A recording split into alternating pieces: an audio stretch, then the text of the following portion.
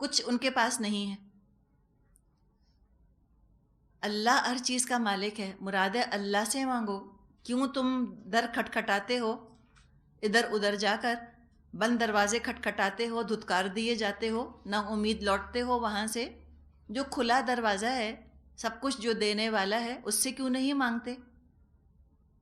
کتنی حماقت ہے کہ فقیروں سے مانگا جائے، جو خود بھیک مانگ رہے ہیں ان سے بھیک مانگی جائے، اور جو بادشاہ ہے اس کی طرف رجوع نہ کیا جائے، جس کے پاس ہر چیز کے خزانے موجود ہیں۔ یہ تو اپنی حماقت ہے۔ اسی لیے تو قرآن کہتا ہے لِقَوْمٍ يَعْقِلُونَ، قرآن ہے عقل والوں کے لیے۔ دماغ سے کام لو نا، عقل سے کام تو لو، اللہ کو پہچانو۔ دیکھو کیا کچھ اس نے تمہارے لیے بنا دیا ہے، آسمان اور زمین اور ہر چیز کو اس نے مسخر کر دیا تمہارے لیے، اور ہر چیز سے اللہ واقف ہے، خالق ہے، اس نے بنایا ہے، مالک بھی وہی ہے۔ ذالکم اللہ ربکم لہ الملک، یہ ہے اللہ جو تمہارا رب ہے، بنانے والا وہی ہے، فاتر، خالق، رب، اور مالک بھی وہ ہے۔ اور کیسے اللہ تعالیٰ نے کائنات کو بنا دیا ہے، ہر چیز تمہیں سرو کر رہی ہے، تمہارے فائدے کے لیے ہے، تو اسی کو پکارو۔ ان تدعوہم لا يسمعوا دعاءکم ولو سمعوا ما استجابوا لکم ویوم القیامة یکفرون بشرککم ولا ینبئک مثل خبیر۔ انہیں پکارو تو وہ تمہاری دعائیں سن نہیں سکتے، اور سن لیں تو ان کا تم کو جواب نہیں دے سکتے، اور قیامت کے روز وہ تمہارے شرک کا انکار کر دیں گے۔ حقیقت حال کی ایسی صحیح خبر تمہیں ایک خبردار کے سوا کوئی نہیں دے سکتا۔ ولا ینبئک مثل خبیر، ایک طرح کا محاورہ ہے کہ باخبر کی طرح تو تمہیں کوئی بتا نہیں سکتا، جس کو پتہ ہے اس سے تم پوچھو۔ تو جن لکڑی، پتھر یا ستاروں یا مٹی کے ڈھیر سے یہ دعائیں مانگتے ہیں، وہ تو سن ہی نہیں سکتے۔ سورج نہیں سن سکتا، چاند نہیں سن سکتا، تارے نہیں سن سکتے، تو ان سے دعا مانگنا بیکار ہے، وہ ویسے ہی نہیں سن سکتے۔ تو دو ہی طرح کی مخلوقات کو پکارا ہے انسانوں نے جب انہوں نے شرک کیا۔ ایک تو بے جان مخلوق کو، جیسے چاند تارے جن کی ہم بات کر رہے ہیں، ان کے اندر سننے کی صلاحیت ہی نہیں۔ اور کچھ لوگوں نے پکارا جاندار مخلوقات کو، شعور والی مخلوق کو پکارا، جو سن سکتے ہیں، مثال کے طور پہ فرشتے یا جن، وہ سن تو سکتے ہیں، لیکن کیا فرمایا؟ وَلَوْ سَمِعُوا مَا اسْتَجَابُوا لَكُمْ، اگر وہ سن بھی لیں تو رسپونڈ نہیں کر سکتے، تمہاری حاجت پوری نہیں کر سکتے، تمہاری چاہت دے نہیں سکتے تم کو۔ تو پتہ یہ چلا کہ آپ اللہ کے علاوہ، دعا تو خالی اللہ سے کرنی ہے نا، کسی ایسی ہستی سے ہم دعا نہیں کر سکتے جس کی آواز ہم نہ سن سکتے ہوں، جس کا جواب ہم نہیں سن سکتے، اس سے دعا نہیں کی جا سکتی۔ فرشتے ہمارے کندھوں پر ہمارے ساتھ ساتھ ہیں، کرامن کاتبین۔ اب کندھوں پر تو ہم نے بٹھا لیا ہے نا ان کو، اب پتہ نہیں کندھوں پر ہیں کہ ساتھ ہیں، اللہ خود بہتر جانتا ہے، لیکن ہیں تو ساتھ، اتنا تو قرآن نے بتا دیا، حدیثوں سے پتہ چل گیا ہم کو، کرامن کاتبین ہیں۔ اگر ہم ان کو پکاریں، ہم ان کی آواز سن سکتے ہیں کیا؟ وہ ہماری آواز سن رہے ہیں نا، ہم تو ان کی آواز نہیں سن سکتے، تو ہم کسی ایسے کو نہیں پکار سکتے جس کی آواز ہم نہ سن سکتے ہوں۔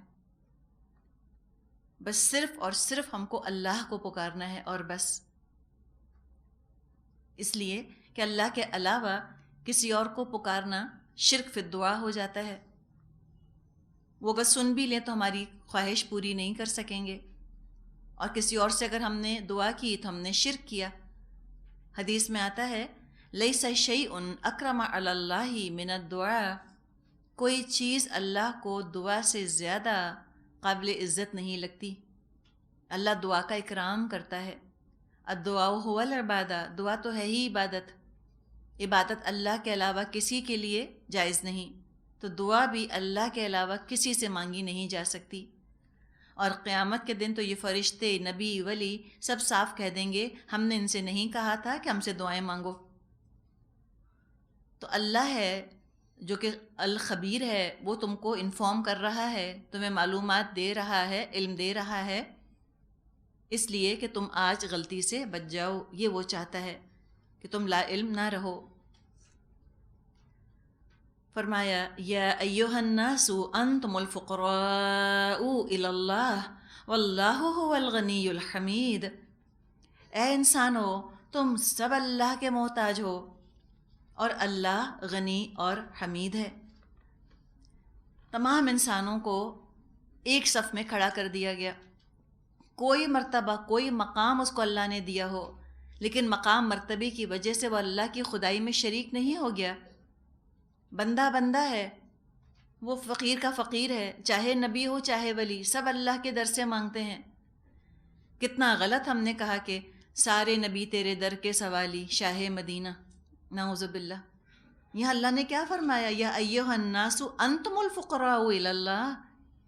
نبی اکرم صلی اللہ علیہ وسلم نے تو کبھی نہ کہا صحابہ سے کہ تم آ کر مجھ سے دعا کرو۔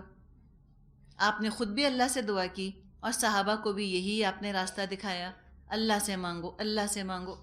جتنی بھی مسنون دعائیں ہم کو ملتی ہیں، ربنا، ربی، اللہم، اس سے شروع ہوتی ہیں۔ قرآن میں جتنی دعائیں ملتی ہیں سب اللہ کے نام سے، ربنا، اللہم۔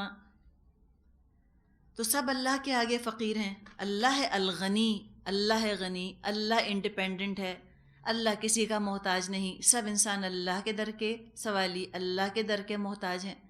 اللہ دے گا تو ملے گا، اللہ نہیں دے گا، اللہ دھتکار دے گا، نہیں ملے گا۔ اللہ الحمید ہے، تعریفوں والا ہے، اس کو راضی کرو، اس کی حمد کرو، اس کی ثنا کرو، اس کو خوش کرنے کی تم کوشش کرو۔ فرمایا ان یشاء یذہبکم ویأتی بخلق جدید، وہ چاہے تو تمہیں ہٹا کر کوئی نئی خلقت تمہاری جگہ لے آئے۔ وما ذالک علی اللہ بعزیز، ایسا کرنا اللہ کے لیے کچھ بھی دشوار نہیں، کوئی انڈسپینسیبل نہیں۔ کوئی یہ نہ سمجھے کہ ہم نہیں ہوں گے تو دنیا کیسے چلے گی۔ کچھ مشکل نہیں اللہ کے لیے، ایک تو کیا، تم سب کو لے جائے، کلیکٹیو ہیومینٹی کو اللہ ختم کر دے، وَيَأْتِ بِخَلْقٍ جدید، اور نئے لوگ لے آئے۔ ہم دیکھتے ہیں نا، کسی کے جانے سے دنیا خالی تو نہیں ہو جاتی، اس کی جگہ کوئی نہ کوئی تو لے لیتا ہے۔ تو ہم خود دیکھ رہے ہیں، ایوری بڈی از ریپلیسیبل، ہر شخص کا نعم البدل موجود ہے، آ جاتا ہے۔ تو انسانوں کو بھی اللہ تبدیل کرتا ہے، اور چاہے تو اللہ پوری انسانیت جو ہے، انسان، ان کی جگہ کسی اور مخلوق کو بسا دے۔ خلق جدید سے مراد ہے کو اللہ نئی مخلوق پیدا کر دے، کچھ مشکل نہیں اس کے لیے۔ تو یہاں انسانوں کی محتاجی بیان کی گئی ہے کہ سب انسان اللہ کے آگے کیسے محتاج ہیں، اپنے اگلے سانس کے لیے اللہ کے محتاج ہیں، دل کی ہر دھڑکن اللہ کے حکم سے ہے، جب چاہے اس کو حکم دے دل رک جائے، کچھ نہیں کر سکتے۔ ہر نوالہ حلق سے اترنے سے پہلے اللہ سے اجازت طلب کرتا ہے، اس کے حق میں غذا بن کے اتروں یا زہر بن کے اتروں۔ تو ہماری کیا مجال، اتنے تو ہم فریجائل ہیں، ہمارے ایگزسٹنس کتنا فریجائل ہے، اور اس پر غرہ، اس پہ غرور۔ کسی بلبلے کے اوپر کبھی کسی نے اسکائی اسکریپر بنایا؟ نہیں بن سکتا، بلبلا اتنا حقیر۔ تو ہم اپنے بل بوتے سمجھتے ہیں بہت کچھ کر جائیں گے، ہم دار و مدار اپنی ذات پہ رکھتے ہیں اپنا، کہ میں پلاننگ کر لوں، میں سوچ لوں، میرا خیال، میرا عمل، میں نے کیا۔ میں نے کیا کیا؟ اللہ کے فقیر ہیں، اللہ چاہے گا تو پلاننگ کو پار لگائے گا، نہیں چاہے گا نہیں لگا سکیں گے۔ ہم اپنے جسم کے معمولی معمولی فنکشنز کے لیے اللہ کے محتاج ہیں۔ اللہ آج خون کی گردش روک دے، کیا کر لیں گے؟ سارا جسم سڑ گل جائے گا۔ یہ جو اتنی سی ہماری ناخن، ہماری انگلی کی پور ہے، اگر اللہ یہاں روک دے خون کو پہنچنے سے تو ہماری انگلیاں گلنا شروع ہو جائیں۔ یہ تو اللہ کی قدرت ہے، اور یہ ہے ہماری بے بسی، وہ اللہ کی شان، اور یہ ہمارا حال ہے۔ تو ہمیں غرہ کہاں زیب دیتا ہے، ہمیں یہ میں کا لفظ کہاں زیب دیتا ہے؟ یہ تو دنیا کا حال ہے، جبکہ انڈیپینڈنٹ ایک طرح سے محسوس کرتے ہیں۔ اس سے پہلے دیکھ لیں، ماں کے پیٹ میں تھے، مکمل طور پہ اللہ کے رحم و کرم پر تھے. جس طرح چاہا ناک نقشہ بنایا. اپنی صورت بھی ہم نے نہیں بنائی.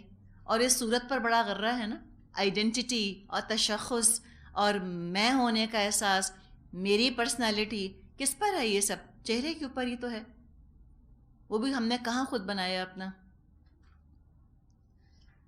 تو ظاہری طور پہ بھی اس نے بنایا، اور جینز بھی اسی نے بنائی. جو صلاحیتیں، جو خوبیاں اس نے چاہیں رکھیں، جو کمزوریاں بیماریاں اس نے چاہیں رکھیں، سب میرے رب کا فیصلہ.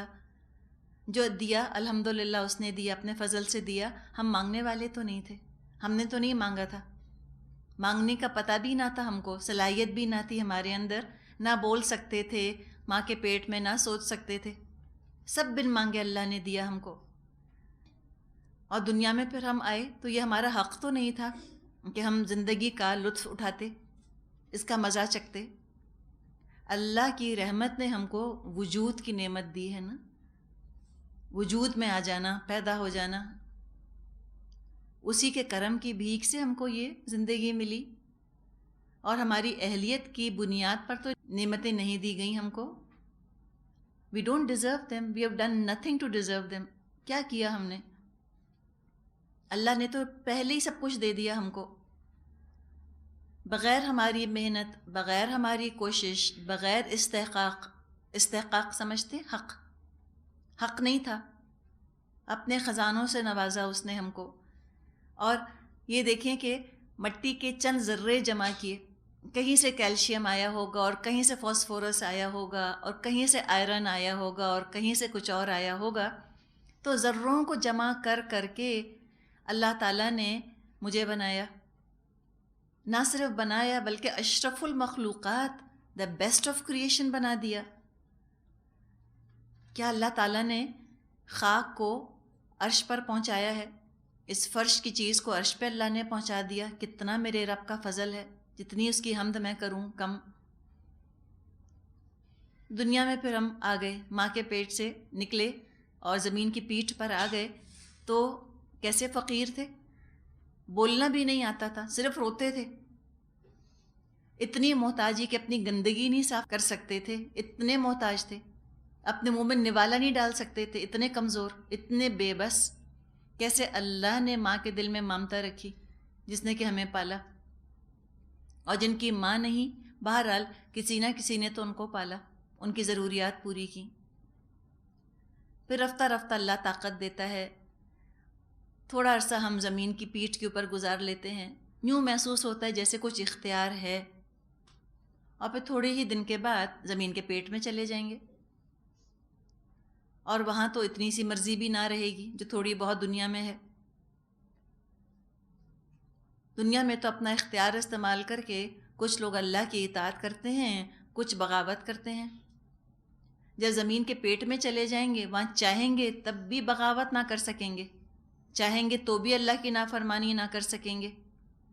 تو اتنی محتاجی ہے، اس بلا کے فقیر ہیں، تو کیوں اللہ سے لاپرواہ بناتے ہیں اپنے آپ کو؟ کیوں بے نیاز رہتے ہیں؟ کیوں انڈیفرنٹ رہتے ہیں اللہ سے؟ ہم اللہ کے فقیر ہیں، اللہ کو تو ہماری ضرورت نہیں. اللہ ہماری عبادتوں کا، ہماری فرما برداری کا، کسی چیز کا اللہ تعالیٰ محتاج نہیں. ساری مخلوق پڑی رہے سجدے کے اندر، اللہ کو پرواہ نہیں. سب نافرمان ہو جائیں، کوئی نہ بات مانے، اللہ کو پرواہ نہیں. اس کی بادشاہی پر آنچ نہیں آتی. حدیث میں مضمون آتا ہے کہ سب انسان انتہائی متقی ہو جائیں، اللہ کی بادشاہت میں اضافہ نہیں کر سکتے. سارے کے سارے انسان اول درجے کے نافرمان ہو جائیں، سب بن جائیں فرعون اور ابو جہل، اللہ کی بادشاہت میں کمی نہیں کر سکتے. الغنی، وہ بے نیاز ہے، وہ انڈیپینڈنٹ ہے ہم سے. تصورات، تخیلات، فگمنٹ آف امیجنیشن ہوتے ہیں کہ جو ہماری توجہ کے محتاج ہوتے ہیں. اگر ہم ان کو خدا نہ مانیں، وہ خدا نہ رہیں. ان کو خدا بناتا ہے انسان. جھوٹے معبود یہی ہوتے ہیں نا، انسان ان کو معبود بناتے ہیں. اللہ ہماری توجہ کا محتاج نہیں، وہ اللہ ہے، ہم مانیں تو بھی، ہم نہ مانیں تو بھی. انسانوں کا معاملہ یہ ہوتا ہے کہ انسان جب غنی ہوتے ہیں، انڈیپینڈنٹ ہوتے ہیں، بعض دفعہ پہ وہ بے حس ظالم ہو جاتے ہیں. انہیں پرواہ نہیں رہتی کسی کی. اللہ غنی ہے لیکن ساتھ ساتھ رحمان اور ودود اور رحیم بھی ہے. انسان عبادت کرتا ہے، اس کو طمع ہوتی ہے، لالچ ہوتی ہے جنت ملنے کی، تبھی عبادت کرتا ہے، تبھی اللہ اللہ کرتا ہے، خوش آمدیں کرتا ہے اللہ کی. اللہ جو ہمیں راضی کرتا ہے اسے کیا چاہیے ہم سے؟ وہ تو المعطی ہے، دینے والا، الوہاب، بہت زیادہ عطا کرنے والا ہے. اسے کچھ نہیں چاہیے ہم سے کچھ نہیں مانگتا، بلکہ جو چیزیں اس نے ہماری خدمت میں، ہماری چاکری میں لگا دیں وہ بھی صلہ نہیں مانگتی ہم سے. چاند پیسے نہیں مانگتا ہم سے، سورج پیسے نہیں مانگتا، نہ وہ تعریف چاہتے ہیں اور نہ ہی کوئی صلہ چاہتے ہیں. بے غرضی کے ساتھ وہ انسانوں کو سرو کر رہے ہیں، انسانوں کی خدمت کر رہے ہیں. تو انسان بھی پھر سوچے کہ میں آخر ایسے مہربان رب کو کیوں نہیں سرو کرتا؟ مجھے کیا شرمندگی ہے مالک الملک کی فرما برداری کرنے میں؟ ہر پل ہر آن انسان تو اللہ کا محتاج ہے، اور رب کی بے نیازی جو بتائی، چاہے تو سب انسانوں کو پل بھر میں فنا کر دے، دوسری مخلوق لا کر بسا دے. یہ تو کچھ بھی اللہ کے لیے مشکل نہیں. اب یہ اپنے وجود کی حقیقت کو پہچاننا کہ میں فقیر ہوں اور میرے بغیر دنیا چلے گی، یہ بات متکبر برداشت نہیں کر سکتا. وہ تو انا کا مسئلہ بنا لے گا. ایگوئسٹک انسان برداشت نہیں کر سکتا. یہ انفلیٹڈ ایگوز نہیں برداشت کر سکتے کہ ہم محتاج ہیں، ہم فقیر ہیں. ان میں تو خود پسندی اتنی بڑھ گئی ہے کہ خود پرستی تک چلی گئی ہے. Self importance, full of themselves. ایسا ان کو لگتا ہے کہ میرے بغیر دنیا کا کام نہیں چلے گا، مجھ سے اعلیٰ کون ہے. حالانکہ کروڑوں انسان آئے اور چلے گئے، کوئی دنیا کا کاروبار کسی کے لیے نہ رکا. ہم آگے پڑھیں گے قرآن میں، نہ آسمان رویا نہ زمین روئی فرعون کے جانے پہ یا ان گناہ گاروں کے جانے پر. تب جب تک ہماری سانس میں سانس ہے، ہم اپنے خالق مالک کو راضی کر لیں، اس کے قدموں میں خود کو بچھا دیں، اس کی حمد و ثنا کریں، اپنے آپ کو جھکا دیں بالکل اس کے آگے. اور یہی اعمال آخرت میں کام آئیں گے، اس لیے کہ وہاں تو نفسا نفسی کا عالم ہوگا. اس کا ذکر کیا گیا قیامت کے دن کا، آیت نمبر 18، وَلَا تَزِرُ وَازِرَةٌ وِزْرَ أُخْرَى وَإِن تَدْعُ مُثْقَلَةٌ إِلَىٰ حِمْلِهَا لَا يُحْمَلْ مِنْهُ شَيْءٌ وَلَوْ كَانَ ذَا قُرْبَىٰ إِنَّمَا تُنذِرُ الَّذِينَ يَخْشَوْنَ رَبَّهُم بِالْغَيْبِ وَأَقَامُوا الصَّلَاةَ وَمَن تَزَكَّىٰ فَإِنَّمَا يَتَزَكَّىٰ لِنَفْسِهِ وَإِلَى اللَّهِ الْمَصِيرُ. کوئی بوجھ اٹھانے والا کسی دوسرے کا بوجھ نہ اٹھائے گا، اور اگر کوئی لدا ہوا نفس اپنے بوجھ اٹھانے کے لیے پکارے گا تو اس کے بار کا ادنا حصہ بھی بٹانے کے لیے کوئی نہ آئے گا، چاہے وہ قریب ترین رشتہ دار ہی کیوں نہ ہو. اے نبی صلی اللہ علیہ وسلم، آپ صرف ان لوگوں کو متنبع کر سکتے ہیں جو بے دیکھے اپنے رب سے ڈرتے ہیں اور نماز قائم کرتے ہیں. جو شخص بھی پاکی اختیار کرتا ہے اپنی ہی بھلائی کے لیے کرتا ہے، اور پلٹنا سب کو اللہ ہی کی طرف ہے. تو یہاں پر تھوڑے سے الفاظ میں بڑا مضمون ہے جو کہ بیان کر دیا گیا. قیامت کے دن باپ بیٹے کو اپنی نیکی نہیں دے گا، نہ اس کا ایک گناہ اپنے ذمے لے گا، اور نہ بیٹا اپنے باپ کو پوچھے گا. سب ایک دوسرے کی شکل دیکھ کر بھاگیں گے، گناہ گار جو ہوں گے. فرمایا ہے نا، یوم یفر المرء من اخیہ و امہ و ابیہ و صاحبتہ و بنیہ. اس دن تو بھاگے گا انسان اپنے بھائی سے، اور اپنی ماں اور اپنے باپ سے، اور اپنی بیوی اور اپنی اولاد سے. سب کو اپنی اپنی فکر پڑی ہوگی. اب اس کو آپ جوڑیے، وَمَن تَزَكَّىٰ فَإِنَّمَا يَتَزَكَّىٰ لِنَفْسِهِ. ایک ایک چیز کو جوڑتی جائیے نا. اب یہ جو محبتیں ہیں ان کو بھی پاک کرنے کی ضرورت ہے. محبتوں کو شرک کا ذریعہ نہیں بنانا. انسانوں سے محبت کرے انسان، شرک سے پاک محبت. دار و مدار اور خوشیوں کا بھروسہ ان محبتوں پہ نہ رکھ دے. ہم بھی اتنی توقعات لگاتے ہیں ان سے جن سے کہ ہم کو محبت ہوتی ہے، کہ ہم اپنے آپ کو ان محبتوں کا محتاج بنا دیتے ہیں. ہمارا یہ پرابلم ہے نا، بار بار ذکر کرتے ہیں ان چیزوں کا، بار بار ہم بھولتے ہیں، بار بار اس غلطی کا ارتکاب کرتے ہیں. توقعات بے نیاز کرنے کی ضرورت ہے. اپنے آپ کو لوگوں سے اللہ کا محتاج کریں. الٹی گنگا بہا دیتے ہیں، اللہ سے بے نیاز ہو کر انسانوں کا محتاج بناتے ہیں اپنے آپ کو، ان سے توقعات لگاتے ہیں. تو پاک کر لے انسان اپنی محبتوں کو، شرک سے پاک کر لے. جو پاکیزہ ترین محبت کرے گا انسانوں سے، شرک نہیں کرے گا، اپنا بھلا اپنا فائدہ کرے گا، اور امیدوں کا، توقعات کا، لالچ کا، ہر چیز کا مرکز اللہ کی ذات کو بنا لے، وہی خوش رہے گا. اسی طرح ڈر کا معاملہ ہے. جو لوگ اللہ سے ڈرتے ہیں، یہ ڈر ان کا بڑا پاکیزہ ہے، یہ تزکیہ ہو گیا ہے ڈر کا. اور ڈر کے اندر ملاوٹ کیا ہے کہ انسانوں سے ڈرنا شروع کر دیں. اللہ تعالیٰ نے فرمایا ہے وَلَا تَخْشَوُا النَّاسَ وَاخْشَوْنِی، اور مت ڈرو لوگوں سے، مجھ سے ڈرو. اللہ سے ڈرو اور لوگوں سے مت ڈرو. تو اپنے خوف کا بھی تزکیہ کرو. جو یہ کرے گا اپنے بھلے کے لیے کرے گا. اب تم دوڑو اپنے رب کی طرف، جانا تو ہے ہی، چاروں ناچار تم اللہ کی طرف ہانکے تو جاؤ گے. اِنَّكَ كَادِحٌ إِلَىٰ رَبِّكَ كَدْحًا فَمُلَاقِيهِ، تم تو ہانکے جاؤ گے اللہ کی طرف، اور اللہ سے ملاقات تو کرنی ہے.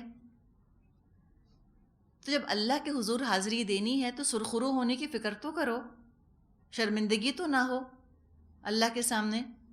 آج اللہ سے ڈرو گے تو جب اللہ سے ملاقات ہوگی تو تمہیں ڈر نہیں لگے گا انشاءاللہ. اور آج تم اللہ سے نہیں ڈرو گے تو بہت ڈر لگے گا اللہ سے ملتے ہوئے، اللہ سے ملاقات کرنا نہ چاہو گے. جو اللہ کے حکم کا انکار کرتے ہیں، نافرمانی کرتے ہیں، اپنی شامت کو خود آواز دیتے ہیں. جو اپنے رب سے ملنے کا امیدوار ہوتا ہے، اس سے ملنے کی تیاری کرتا ہے، وہ اپنے آپ کو سجاتا ہے، سنوارتا ہے، جسمانی روحانی طور پہ اپنا تزکیہ کرتا ہے. تو یہ تزکیہ کرنا، چند باتیں تو ہم نے کی کہ محبتوں کا تزکیہ اور خوف کا تزکیہ کرنا ہے. اس کے علاوہ اور بھی تزکیہ ہے جو انسان کو کرنا ہے. جسمانی طور پہ، مثال کے طور پہ کیسے؟ وضو کرنا، طہارت کا خیال رکھنا، جب غسل کی ضرورت پیش آئے غسل کرنا، تو جسم کو پاک رکھے. پھر توبہ استغفار کے ذریعے پاکیزگی حاصل کرے، اپنی روح کو پاکیزہ رکھے، اور سنت کے سانچے میں اپنی خوشیوں کو اور غموں کو ڈالے. خوشیوں کا بھی تزکیہ کرے، غم کا بھی تزکیہ کرے. اور حقیقت ہے کہ رسول صلی اللہ علیہ وسلم کو فالو کیے بغیر تو تزکیہ حاصل ہو نہیں سکتا. آپ ہی نے تو یتلو علیہم آیاتہ ویزکیہم، آپ نے اللہ کی آیات ان کو سنائیں لوگوں کو اور ان کا تزکیہ کیا. برائیاں دور ہوتی ہیں، نیکیاں پروان چڑھتی ہیں. تو اپنے آپ کو پیوریفائی کرو، سجاؤ سنوارو، تیاری کرو اللہ سے ملاقات کی. اور دیکھو یاد دلایا جا رہا ہے وما یستوی الاعمی والبصیر، اندھا اور آنکھوں والا برابر نہیں. اندھا ٹٹول کا راستہ تلاش کرتا ہے، قدم قدم پر ٹھوکر کھاتا ہے. جو غلط صحیح کوئی بتا دے اس کو یقین کرنا پڑتا ہے اس کی بات پر، اس لیے کہ اس کی اپنی آنکھیں نہیں. آسانی سے دھوکہ دیا جا سکتا ہے اندھے کو. تو یہ جو اندھے کا حال ہے، ایسا ہی حال کافر کا ہوتا ہے. بصیرت سے محروم اندھے دل ہوتے ہیں کافروں کے.